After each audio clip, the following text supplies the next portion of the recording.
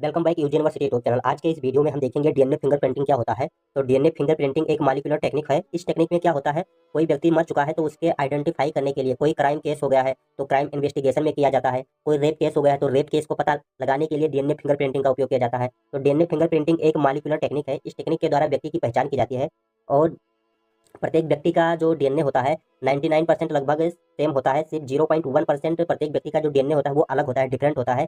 इसी छोटे छोटे डिफरेंस को देख करके उस व्यक्ति का आइडेंटिफाई किया जाता है। और जो डीएनए फिंगरप्रिंटिंग है, इसे सबसे पहले एलेक्स जेफरी ने 1985 में विकसित किया था। तो चलिए हम डीएनए फिंगरप्रिंटिंग का डेफिनेशन देख लेते हैं। तो डीएनए फिंगरप्रिंटिंग वह प्रोसेस है, वह प्रक्रिया है जिसमें डीएनए को रिस्ट्रिक्शन एंजाइम से काटा जाता है। मतलब जो डीएनए है उसे रिस्ट्रिक्शन एंजाइम से काटा जाता है। यह एक एंजाइम होता है जो किसी भी मॉलिक्यूल को काटने के लिए उपयोग किया जाता है। और जो रिस्ट्रिक्शन एंजाइम से डीएनए को काटा गया है उसे फिर हमें जेल इलेक्ट्रोफोरेसिस में डाला जाएगा। वहां पर जो डीएनए का टुकड़ा है वहां पर इसे अलग करता है। मतलब छोटे छोटे टुकड़े को हम रिस्ट्रिक्शन एंजाइम के द्वारा काट लेते हैं, फिर इसे हम जेल इलेक्ट्रोफोरेसिस में डालते हैं। जब उसमें जेल इलेक्ट्रोफोरेसिस में डालेंगे तो हमें एक यूनिक बाइंडिंग पैटर्न प्राप्त होती है जिससे व्यक्ति की आइडेंटिफाई का पता चलता है। जब इसे हम जेल इलेक्ट्रोफोरेसिस में डालेंगे तो हमें एक पैटर्न मिलेगा। इसी से हमें पता चल जाएगा कि यह व्यक्ति कौन है। RFLP का मतलब होता है कि डीएनए फ्रेगमेंट की लेंथ में लंबाई में अंतर। जो रिस्ट्रिक्शन एंजाइम से डीएनए को कट किया है तो उसके जो लंबाई में अंतर होता है उसे बोला जाता है RFLP। इसका फुल फॉर्म लिखा हुआ है, देख लीजिए। तो चलिए हम डीएनए फिंगरप्रिंटिंग का प्रिंसिपल देख लेते हैं। तो डीएनए में क्या होता है, डीएनए में रिपीटेड सीक्वेंस होते हैं। इसी सीक्वेंस को बोला जाता है BNTR कहते हैं। और हर इंसान में जो रिपीटेड सीक्वेंस होती है, इस सीक्वेंस की संख्या अलग अलग होती है। ये व्यक्ति पर डिपेंड करता है कि किस व्यक्ति में कितने रिपीटेड सीक्वेंस है। जब डीएनए को रिस्ट्रिक्शन एंजाइम से काटते हैं तो फ्रेगमेंट की जो लंबाई होती है वो अलग अलग होती है। मतलब जो डीएनए है, रिस्ट्रिक्शन एंजाइम के द्वारा उस डीएनए को जब हम काटेंगे तब जो वो छोटा छोटा टुकड़ा बना है उसकी जो टुकड़े की लंबाई है वो भी अलग अलग होती है। जेल इलेक्ट्रोफोरेसिस में हर व्यक्ति का अलग बैंडिंग पैटर्न बनता है। जब ये अलग अलग बैंडिंग पैटर्न बनेगा जेल इलेक्ट्रोफोरेसिस में तो इसी को बोला जाता है डीएनए फिंगरप्रिंटिंग। और इसी डीएनए फिंगरप्रिंटिंग से उस व्यक्ति की पहचान हो जाती है।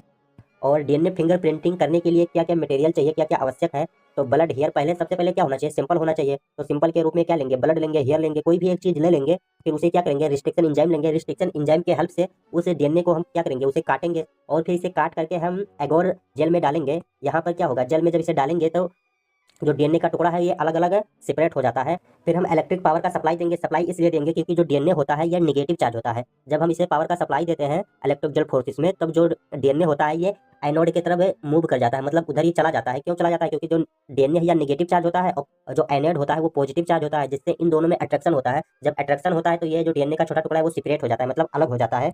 और इस डीएनए फिंगरप्रिंटिंग को करने के लिए क्या चाहिए, सडन ब्लॉटिंग सेटअप चाहिए। मतलब पूरा एकदम सेटअप होना चाहिए, तभी हम इसे कर सकते हैं, क्योंकि ये आसान नहीं है करना।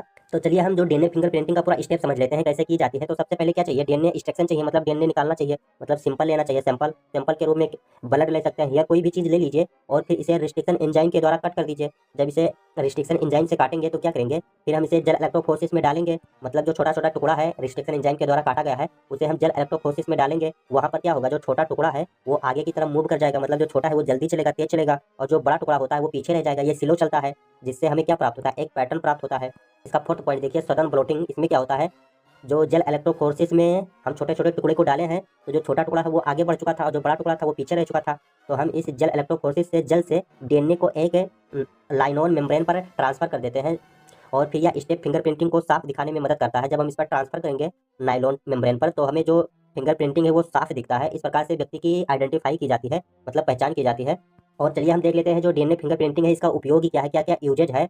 तो इसका यूज है पैटर्निटी टेस्ट में। मतलब जो पिता की पहचान करने में हमें डीएनए फिंगरप्रिंटिंग के माध्यम से, कोई बच्चा खो गया है तो उसके पिता की पहचान कर सकते हैं। क्राइम इन्वेस्टिगेशन में इसका उपयोग करते हैं डीएनए फिंगरप्रिंटिंग का। कोई रेप केस हो गया है तो इसका उपयोग करते हैं। इसी प्रकार से तमाम जगह पर ये डीएनए फिंगरप्रिंटिंग का उपयोग करते हैं। कोई व्यक्ति मर चुका है तो वहाँ पर इसका प्रयोग करेंगे। तो डीएनए फिंगरप्रिंटिंग का कई उपयोग है। तो अब हम चलिए देखते हैं जो डीएनए फिंगरप्रिंटिंग का एडवांटेज क्या है, क्या फायदे हैं। तो इससे एक्यूरेट टेक्निक है। मतलब जो डीएनए फिंगरप्रिंटिंग है इससे एग्जैक्ट पता चल जाता है कि क्या चीज़ है, क्या हुआ है। कोई रेप केस हुआ है तो रेप केस करने वाला जो व्यक्ति है उसकी पहचान हो जाती है।